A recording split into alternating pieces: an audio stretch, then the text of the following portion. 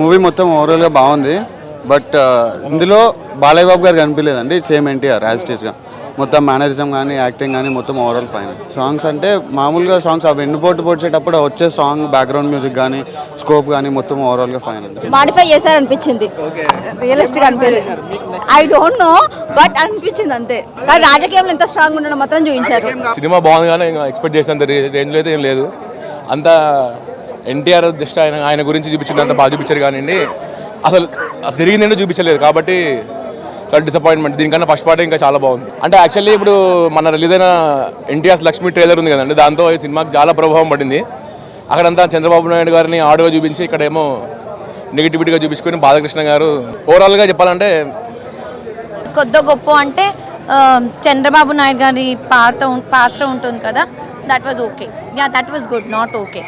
అంటే రానా గారు యాక్టింగ్ చాలా బాగుంది. జరిగింది చూపించినట్టున్నారు అనిపించింది. బికాస్ నాకు అంత ఐడియా లేదు ఆ టైంలో ఎలా ఉందో, మేబీ నిజం ఉందేమో అనిపించింది. మూవీలో అంతా నచ్చిందండి, బాలకృష్ణ పర్ఫార్మెన్స్ నచ్చింది, ప్రతి ఒక్కటి నచ్చిందండి. మూవీలో అన్ని మనకి ఎన్టీఆర్ గురించి అప్పుడు తెలియదని మనకి బాగా అది పరిశీలించి బాగా క్లియర్గా చూపించారు, క్లియర్ కట్గా చూపించారు. మనకి ఎన్టీఆర్ ఈ జనరేషన్కి తెలియదు ఏదైనా సరే అవన్నీ బాగా చూపించారు. సాంగ్స్ అంటే ఫస్ట్ టైం వినే వాళ్ళకి ఎక్కకపోవచ్చు కానీ వింటూ ఉంటే బాగున్నాయండి. మంచి క్లాసికల్ మ్యూజిక్ బాగుంది. చంద్రబాబు నాయుడు క్యారెక్టర్ ఆయనలో ఇప్పుడు విమర్శించే అలా లేదు, ఆయన ఒరిజినల్ నేటివిటీ చూపించారు. అసలు ఆయన ఎందుకు చేశారు, ఏదైనా పరిస్థితులు ఆయన ఏ విధంగా హెల్ప్ అయ్యారు. ఆయన ఎప్పుడైనా హెల్ప్ అయ్యే మనిషే కానీ ఆయన అలా వెన్నుపోట్లు పొడిచే మనిషి కాదు. సిచ్యువేషన్స్, ఆ వెన్నుపోటు అనేది సిచ్యువేషన్ వల్ల, అందుకని నేను కావాలని ఏం పొడవలేదు. నిజమైన వెన్నుపోటు అంటే అనాదిల భాస్కర్ రావు పొడిచాడు చూడండి, అది నిజమైన వెన్నుపోటు అంటే. ఎన్టీఆర్ గారు మళ్ళీ సినిమాలు చాలా బాగా చూపించాడు. ఒక సినిమా చాలా బాగుంది. కథానాయకుడు కన్నా మహానాయకుడు అనేది చాలా మంచి చాలా బాగుంది సినిమా. చూడడానికి ఫ్యామిలీతో కలిసి చూడొచ్చు. చాలా రాజకీయం ఏం లేదు, అందరికి కావాలని తీసిండు.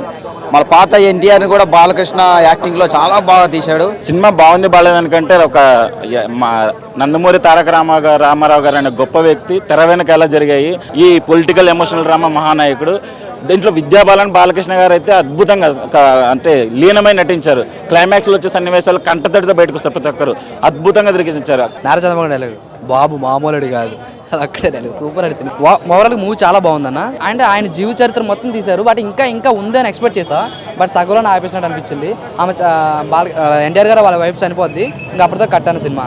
బట్ కొంచెం డిసప్పాయింట్ అయింది, బట్ ఇంకా ఉందని ఎక్స్పెక్ట్ చేస్తాం. బాగుందన్న, పర్లేదు, చాలా బాగుందన్న మూవీ. ఎన్టీఆర్ గారి క్యారెక్టర్ బాగుంది.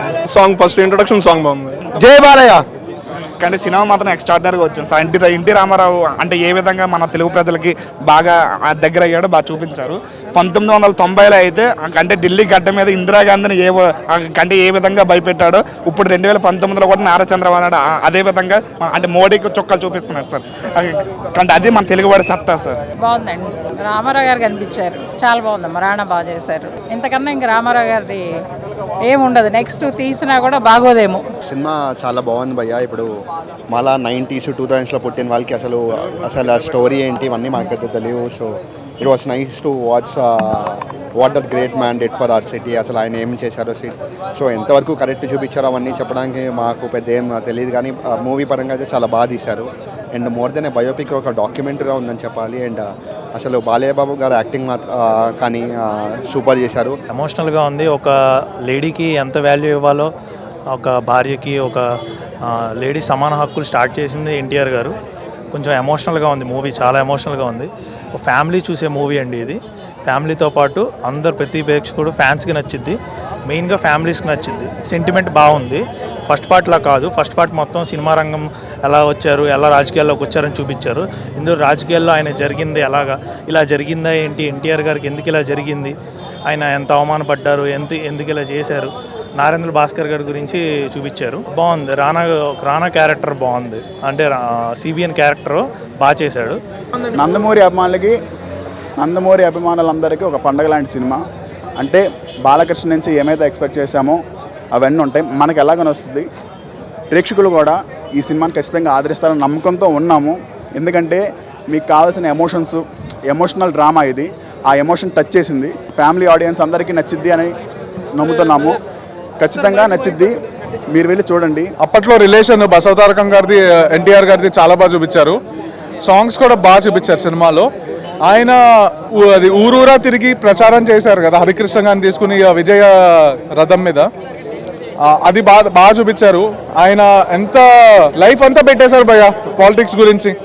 టీడీపీ సింబల్ రాసినప్పుడు సింబల్ క్రియేట్ చేసినప్పుడు ఒక్కొక్క గుర్తుకి ఎక్స్ప్లెయిన్ కూడా బాగా చేశారు. ఆడియన్స్ ఎక్స్పెక్ట్ చేసినంత మాత్రం లేదు, ఏదో అందరూ చెప్తున్నారు, ఫ్యాన్స్ ఉంటారు కాబట్టి చెప్తారు, నేను ఫ్యానే, కానీ మూవీ మాత్రం బోరింగ్, అంత లేదు, యావరేజ్ ఉంది. ఎన్టీఆర్ గారి గురించి తెలుసుకోవాలంటే మూవీకి వెళ్ళాలి. బాలకృష్ణ గారి యాక్టింగ్ బాగుంది, కానీ బాలకృష్ణ గారిలో నాకు ఎన్టీఆర్ మాత్రం కనిపించలేదు. బాలకృష్ణ గారి యాక్టింగ్ బాగుంది, ఎన్టీఆర్ కనిపించలేదు. ఇంకా లక్ష్మీపార్వతి ఎన్టీఆర్కి మధ్యలో ఉన్న సిచ్యువేషన్స్, ఎమోషన్స్ బాగున్నాయి, అవి కొంచెం కనెక్ట్ అవుతారు ఆడియన్స్, వాళ్ళకి వచ్చిన ప్రాబ్లమ్స్, వాటికి కొంచెం బాధలు ఉంటాయి. నెక్స్ట్ ఇంకోటి కళ్యాణ్ రామ్ కూడా హరికృష్ణ పాత్రలో బాగా చేసిండు, వాళ్ళ నాన్న పాత్రలో మంచిగా అనిపించింది. చంద్రబాబు నాయుడు గారి పాత్ర మాత్రం రానా ఇరగదీసేసిండు, ఇంకా సేమ్ చంద్రబాబు నాయుడు గారిని చూసినట్టే ఉంది. ఆయన మైండ్, ఆయన పోలికలు, ఆయన నడక, అసలు చంద్రబాబు నాయుడు గారు ఫీల్ అయ్యి చూసాను నేనైతే మూవీ మొత్తం. బాగుంది, రానా క్యారెక్టర్ మాత్రం నాకు నచ్చింది సినిమా మొత్తంలో. పాజిటివ్గా ఉంది, బట్ అది రియల్ లైఫ్లో నెగిటివ్ అని నాకు తెలీదు అంటుంటారు, కానీ పాజిటివ్గా చూపించారు. అది రాంగ్ అయినా సరే కానీ చంద్రబాబు నాయుడు గారి గురించి తెలుసుకోవాలంటే ఆయన అప్పట్లో ఎట్లున్నారు, ఆయన మైండ్ సెట్ ఏంది అంటే ఈ మూవీలో చూడాలి. ఆ ఎమ్మెల్యేని దాచిపెట్టడం కానీ, ఆ ఎమ్మెల్యేని అక్కడ ఇక్కడ తీసుకెళ్ళడం మూవీలో ఉంది. ఇదంతా బాగుంది, చంద్రబాబు నాయుడు గారు చాలా చేశారు. పడుతుంది, అది బెటర్ ఉంటుంది, అది చాలా బాగుంటుంది. లక్ష్మీ ఎన్టీఆర్ బాగుంటుంది. ఇది ఏంటంటే ఇప్పుడు మనకి పాజిటివ్గా తీసుకున్నాం కాబట్టి మూవీ పాజిటివ్ స్క్రిప్టే రెడీ చేసుకుంటారు, అంత లేదు, ఎక్స్పెక్టేషన్ లేదు, బోరింగ్ ఉంది మూవీ అంతా. డైరెక్షనే పోయింది, ఇంకా మ్యూజిక్ అంటే మ్యూజిక్ కూడా ఏం గుర్తేలేవు, బయటకు వస్తే అంత బాగున్నాయి మ్యూజిక్స్, గుర్తేలేవు మ్యూజిక్స్. యావరేజ్ అన్న మూవీ, చూడొచ్చు, ఫ్యాన్స్ ఉంటారు కాబట్టి చూడొచ్చు. బెటర్. లక్ష్మీ ఎన్టీఆర్ మాత్రం సూపర్ ఉంటుంది, అది ఎక్స్పెక్ట్ చేయొచ్చు 100%. ఈ మూవీకి అది చెప్తుంది రివ్యూ, అసలైన రివ్యూ అది చెప్తుంది, రియల్ స్టోరీ అది కదా.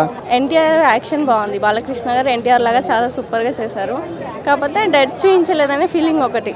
ఎన్టీఆర్ గారు డెత్ చూపించలేదు కదా, అది కంప్లీట్గా చూపించుంటే బాగుండేది. మూవీ చాలా ఆసంగా ఉంది, చాలా బాగా నటించారు. బాలయ్య గారు యాక్చువల్లీ దీవిచ్చేసారు చెప్పాలంటే నందమూరి తారక రామారావు క్యారెక్టర్లో. నిజంగా అతను మహానాయకుడే. అది రానా అంటావు యాక్చువల్ సేమ్ చంద్రబాబు ఆ రోజు లేకపోతే తెలుగుదేశం పార్టీ అని ఉండదు. అద్భుతమైన సినిమా. ఎన్టీఆర్ గారు లాంటి ఒక లెజెండ్, ఒక తెలుగు సినిమా ఇండస్ట్రీకి, పరిశ్రమకి ఒక లెజెండ్. అటువంటి లెజెండ్ని బాగా ఆయన ఒక వ్యక్తిత్వాన్ని, ఆయన ఒక ఔన్నత్యాన్ని చాలా అందంగా రూపకల్పన చేసి బాగా ఒక స్క్రీన్లో చూపించిన క్రిష్కి నా వందనాలు. నిజాన్ని చూపించారు, వాస్తవాలను చూపించారు తప్ప వాస్తవ విరుద్ధంగా ఎక్కడా కూడా ఏమి చూపించలేదు. నటించిన పాత్రలు, ఎన్నుకున్న పాత్రదారులు ఏవైతే ఉన్నారో వాళ్ళు చక్కగా అద్భుతంగా నటించారు. ఈ సినిమా కథానాయకుడికి మహానాయుడికి పోలిస్తే కథానాయకుడు బాగా తీసిన ప్రజల ఎక్స్పెక్టేషన్కి మిస్ అయింది. అక్కడ క్యాలిక్యులేషన్లో it's a misjudgement. Ramarao garu వేసిన వేషాలు చూపిస్తంలో ప్రజలు ముగ్ధులు అవుతారు అనుకున్నారు, కానీ ప్రజలు ఎక్స్పెక్ట్ చేసింది ఆ సినిమా కింద అది గేజ్ చేయలేకపోవడంలో జరిగిన. ఆయన యొక్క సినిమాలు చూసాము, ఆయన వేషాలు చూసాము, ఆయన పర్సనల్ లైఫ్లో ఆత్మకథ కదా. ఆయన చిన్నప్పుడు ఏంటి, పెరిగినప్పుడు ఏంటి, ఆయన గొడవ, ఆయన ఎట్లా ఉండేవారు, ఎలా చేసేవారు, ఆ ఇంట్లో ఆయన అవి ఎక్స్పెక్ట్ చేశారు. ఆ తెలియని కోణాలు ఎక్స్పెక్ట్ చేశారు. కథానాయకులు అవి లేకుండా కేవలం ఆయన వేషాల మీద ఎక్కువ డామినేట్ చేసేటప్పటికి మేము నెట్లో కొడితే వస్తాయి కదా ఈ ఎందుకు అన్నట్టు ప్రజలు డిసప్పాయింట్ అయ్యారు. అందుకని అది అనుకున్నంత రేంజ్. ఇది ప్రజలకి ఎక్స్పెక్ట్ చేసే సినిమా. ప్రజలు ఏమి ఎక్స్పెక్ట్ చేస్తున్నారో తెలియని విషయాలు, యాంబిగ్యూటీగా ఉన్న కొన్ని విషయాలు, అది అవునా కాదా అన్న సందేహాలు ఉన్న విషయాలు, అది చరిత్ర ప్రూఫ్లతోటి ప్రజలు ఎక్స్పెక్ట్ చేస్తున్నారు. ఏం చెప్తాను, బ్యూటిఫుల్గా చెప్పారు, సాక్ష్యాధారాలతోటి. ఎక్కడ ఒక అక్షరం పొల్లుపోకుండా, ఎక్కడ ఒక సాక్ష్యం తప్పు లేకుండా నిర్దుష్టంగా నిర్భయంగా చెప్పాడు. అక్కడ నాదెళ్ల భాస్కర్ రావు అనే అతను ఆయన రామారావు గారి రాజకీయ జీవితంలో ప్రథమ ద్రోహి. ఆయన జీవితంలో రాజకీయ సంక్షోభం కలిగింది కారణం ప్రథమ వ్యక్తి నాదెళ్ల భాస్కర్ రావు. అది కొండ బద్దలు కొట్టినట్టు చూపించారు. బాగుందండి, చరిత్ర బాగా చూపించారు. చరిత్రను తెలుసుకున్నాం, నచ్చడం కాదు కానీ ఆయన రామారావు గారి జీవిత చరిత్ర తెలుసుకున్నాం. అతను యొక్క గొప్పతనాన్ని మనం ఆల్రెడీ ఎందరో ద్వారా మనం తెలుసుకొని ఉన్నాము. సో సినిమా అనేది ఆ రోజుల్లో అతను పడినటువంటి కష్టాలేంటి, అతను స్క్రీన్ మీదకి రావడానికి ఎలా కష్టపడ్డాడు, స్క్రీన్ తర్వాత వచ్చిన తర్వాత ప్రజలకు మంచి చేయాలనేటువంటి ఉద్దేశంతో రాజకీయాల్లోకి వచ్చినాక ఎలా కష్టపడి ముఖ్యమంత్రి అయ్యి నలుగురికి ఎన్నో పథకాలు ప్రవేశపెట్టి ఆ పథకాలు ఎలా అందరికీ చేరేలా, పథకాలు ప్రవేశపెట్టడం వేరు, అవి ప్రజల దగ్గరికి చేరేలా చూడడం వేరు. ఆ పథకాలు అన్నవి ప్రజల దగ్గరికి చేరి వాళ్ళని ఎలా ఆ పథకాలు అంటే అనుభవించేలా చేసింది అన్నది విషయము అందరికీ తెలిసినటువంటి విషయమే.